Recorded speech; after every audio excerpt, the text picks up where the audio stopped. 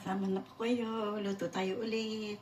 Yan, lagyan po natin ng mantika yung ating kawali. Mantika.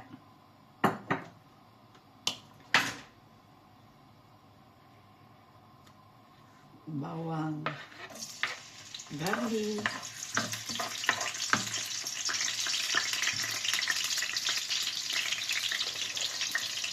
Onion.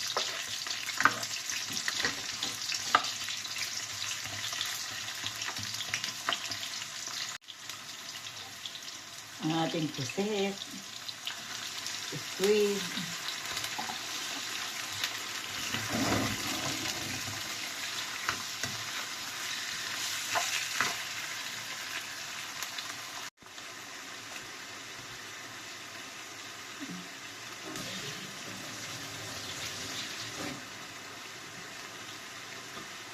sotanghon,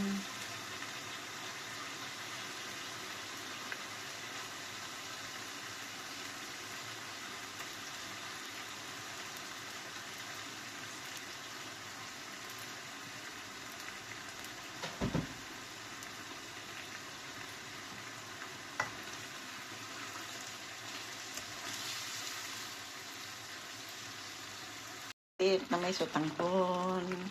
Luto na po yan. Atin na pong aahunin. Ayan, maraming pong salamat sa bawat subaybay nyo kay Tita Emi. Ayan po ang ating uulamin ngayon. Samahan nyo na po ako. Thank you very much mga kaibigan. Salamat po ng marami.